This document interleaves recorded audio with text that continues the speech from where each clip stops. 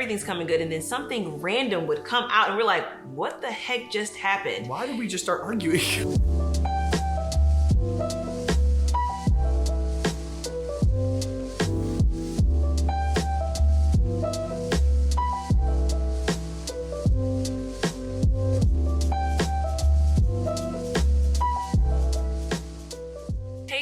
Welcome to the Cole Life. Happy New Year! Happy New Year! It is 2022.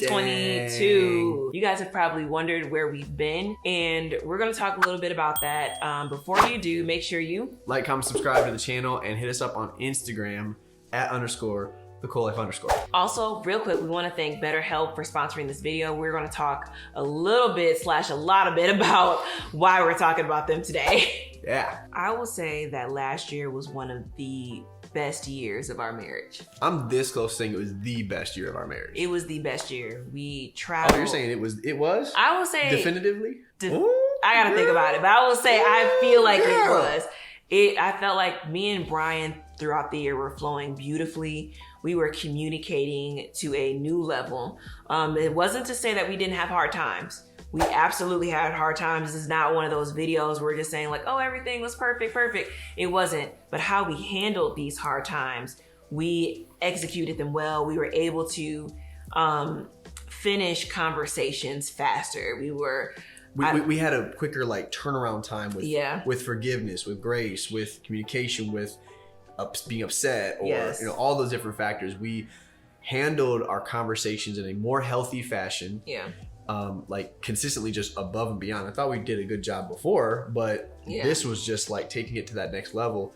And then the recovery time, let's call it that. The recovery time was a lot faster. After difficult conversations was a lot shorter. It was the recovery time for me that showed us like, okay, we are growing. We are getting to this higher level. Especially if you guys remember last year was probably one of the worst times, the hardest times of our marriage. I would say 2020. I've told people 2020 was the hardest year of our marriage. It was. 2020 was the hardest year. So coming out of that with this year was great, which goes into what happened in December, and it made us question all of it. So we have historically struggled in our marriage with what we call the fourth quarter. And the best way to describe this is, imagine Lexi and I are on this beautiful vacation, and we are out for 2 weeks. It's a gorgeous vacation. Just the two of us. We're having a blast. We have so much fun. But for some reason on the plane ride back, on the last day of the vacation, something would happen and we get into a bad argument about it. We get upset with each other. We don't communicate well, and it leads to like an aftermath of 3 days of like recovery from that. Not that we're like holding grudges or not forgiving or not talking to each other, because we don't do that. But just recovery of like getting back to a place of intimacy, getting back to a place of understanding, getting back to a place of like cooling off, and there would be days after, and it would seem like that fourth quarter, that last part of a good stretch, for some reason, over and over, we would struggle with that. It was at the very end of an important event or a vacation or the end of the year. And it would be something that we just feel like came from nowhere. Everything's coming good, and then something random would come out and we're like, what the heck just happened? Why did we just start arguing? Well, and it's almost like the enemy knows, the enemy puts in traps that we just fall into. And I honestly think a lot of that, I fall into them a lot harder than Brian does. And I honestly think the reason why that happens and reason why we fall into these traps is that we start to get really, really comfortable. We get to the place where it's like, okay, we're using all the tools that we're learning from counseling. We're using, we're communicating great, and we just start to get a little bit lax. This year, we had been growing in counseling and developing the tools and the skills that we've learned, almost to the point where our counselor actually was like, do you guys still want to keep meeting, right? And we said like, oh no, we still want to keep meeting proactively, but it became a little less of a priority because we were doing well, we were utilizing the tools and communication, etc. And we started postponing a couple meetings, canceled a couple meetings. Yeah, it's like, we're fine. We don't need it. We don't need it. We don't need it. Like, we're good. We're happy. But one of the things that we've talked about a lot with couples is that we do not believe in you getting counseling and it being reactive, but proactively getting counseling. Which is a really great reason why we decided to partner with BetterHelp. If you guys feel like you haven't gotten counseling or you never have gotten counseling in your life, there's a website that you can go on that will help you find a counselor that is specifically geared towards maybe an issue that you're struggling with, or just marital counseling, couples counseling. If you're looking for a specific type, trauma, grief, all of those things, you can go to betterhelp.com and they can give you they literally filter out different types of categories that you may be looking for, and it'll show you the counselors that are specifically geared towards you. And BetterHelp's main mission is to make professional therapy affordable, accessible, and convenient for anyone who needs it. We don't ever want there to be some limiting factor as to why someone's not able to get help from a professional who can truly counsel them and bring their life to a better place. So as we've said, we believe in having proactive counseling. So don't wait until you're in a position where counseling seems to be an absolute necessity, whether it's relational or just in life. Counseling is simply having a conversation with someone who can challenge your perceptions, give you a better perspective, and help you work through your challenges. So if you are interested in learning more and you need to find a counselor, we're going to put the link in our description below. Check it out, and I hope you find somebody. For us, we've had our counselor for 3 or 4 years. Yeah, it's been so helpful. And for us to not see the counselor as long of a period as we didn't see her, it was actually quite shocking. It did force us to work through things together and not always bring them to someone else to help us navigate it. However, going away from that allowed us to slip into a place of comfortability where we slowly stopped utilizing those tools and those resources and those methods that were helping us foster an environment to be successful in our communication. Yeah. And when we start letting those things slip, that's when we left room and opportunity for the enemy to set traps and for us to fall into them. Yeah, and I would say so with the end of what happened December, Brian got Omarion, and then we were supposed to have this period of time where we can just kind of rest and relax. When I tell you so much stuff hit the fan, we were dealing with some family stuff. We were trying to navigate so many things while, Brian was in quarantine, and then also navigating work, and then not really feeling like we had some time to just breathe and be. Like, it felt like so many things were happening, and we had work that we had to do, and it was a lot to take on. And on top of all of this, I will own it and say that I started using these communication tools and resources less and got comfortable with the way that I was communicating to Lexi. I fell off being really proactive and being intentional with the way that I communicated, the way that I showed intimacy and making sure that I'm taking care of her and being gentle and all of those different factors. And that caused some strife between our relationship. I think it was a compiling of all these things that it began to get a little overwhelming in December. And when stuff like that happens, we need to take some time and work on each other and make sure that we're good. We never want it to be like, okay,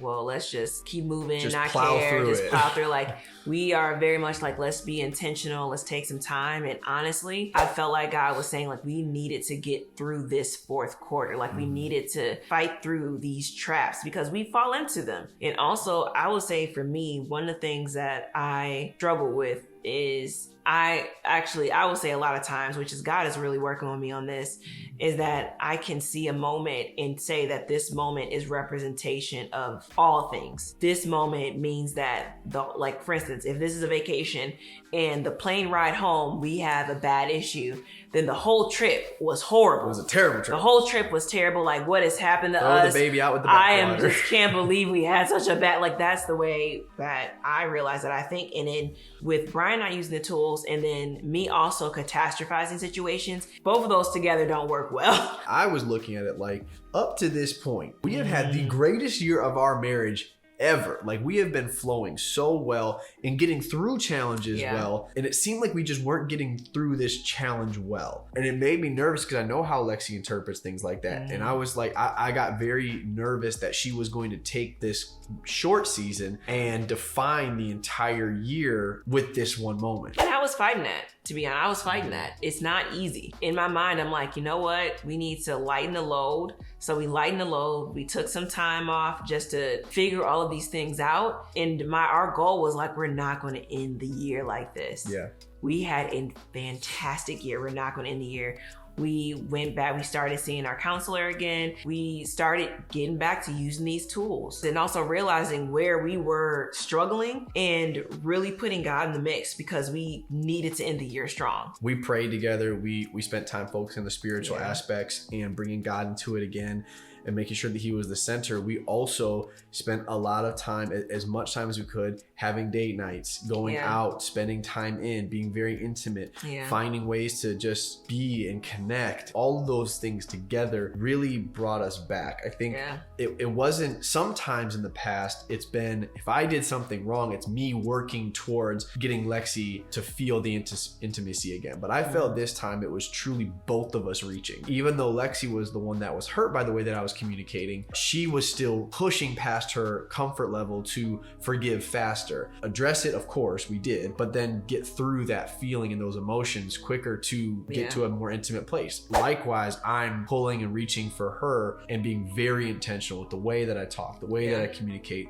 making sure she feels valued in all of these different components. I definitely think that this was such a strong year. Like last year was such a strong year. Like we ended on such a connecting, strong level. Like it was because we overcame some of the hardest things that we made that I feel like I struggle with when it comes to not compartmentalizing. I used to think compartmentalizing was a bad thing. Having this, this is a moment, Lex, you can get through this moment. Yeah. This is see somebody as a whole, not saying we're not addressing the issue, but seeing this thing as, this is it. We can get through this. You have somebody that is ready and willing to work with you on this. You have somebody that is willing to change, willing to work through it, and you are willing to work through it. So come together so you can work through this together. And the enemy didn't like that. So I was at this point, I was ready. I'll say this. The way we ended this year, though. Fire. Let me tell you something. It was such a satisfying way to end the year because it was like, okay, we got through the fourth quarter. Yeah. We got through that challenge that we fell into, but we picked ourselves up before the end of the game. I felt like MJ in the finals, against Utah. We really did overcome. And I also want to say that even the 3 weeks that we were in a rough spot, we were still having moments of we feel good. We just wanted to make sure that we were in a good space to come back. And we do believe in mental breaks. We believe in if we need to take time, we will absolutely take time. When we posted about our biggest argument or our most difficult season in our marriage, which was 2020, I think we mentioned that we had a conversation at one point, do we need to put all social media on pause? We don't ever believe our marriage should be at risk. Never. Because we're not willing to step away from everything and spend time focusing on that. So for us in December, it was one of those conversations we're not going to step back because it wasn't that serious. It wasn't that, but it was just time. Do we need to pause for a quick second? So that's what we did, and it allowed us the space to come together and be intimate, work through that, and man, it was worth it. It was worth it. Hope you all understand and are still with us. Yes, I'm thankful that you guys are still with us. We just appreciate you guys for letting us take breaks. We don't do this often, but it's something that we take seriously, and we always want to make sure that we are open and honest with you guys. When we come back, we share how we feel. Last year we talked about this, and we were talking about our hardest year, that we took some time, and this is one of those times. So we absolutely appreciate you guys. We love you. We're so excited for the year of 2022. We believing and praying that this year is great for you guys, and we will talk to you later. See ya. Love you guys.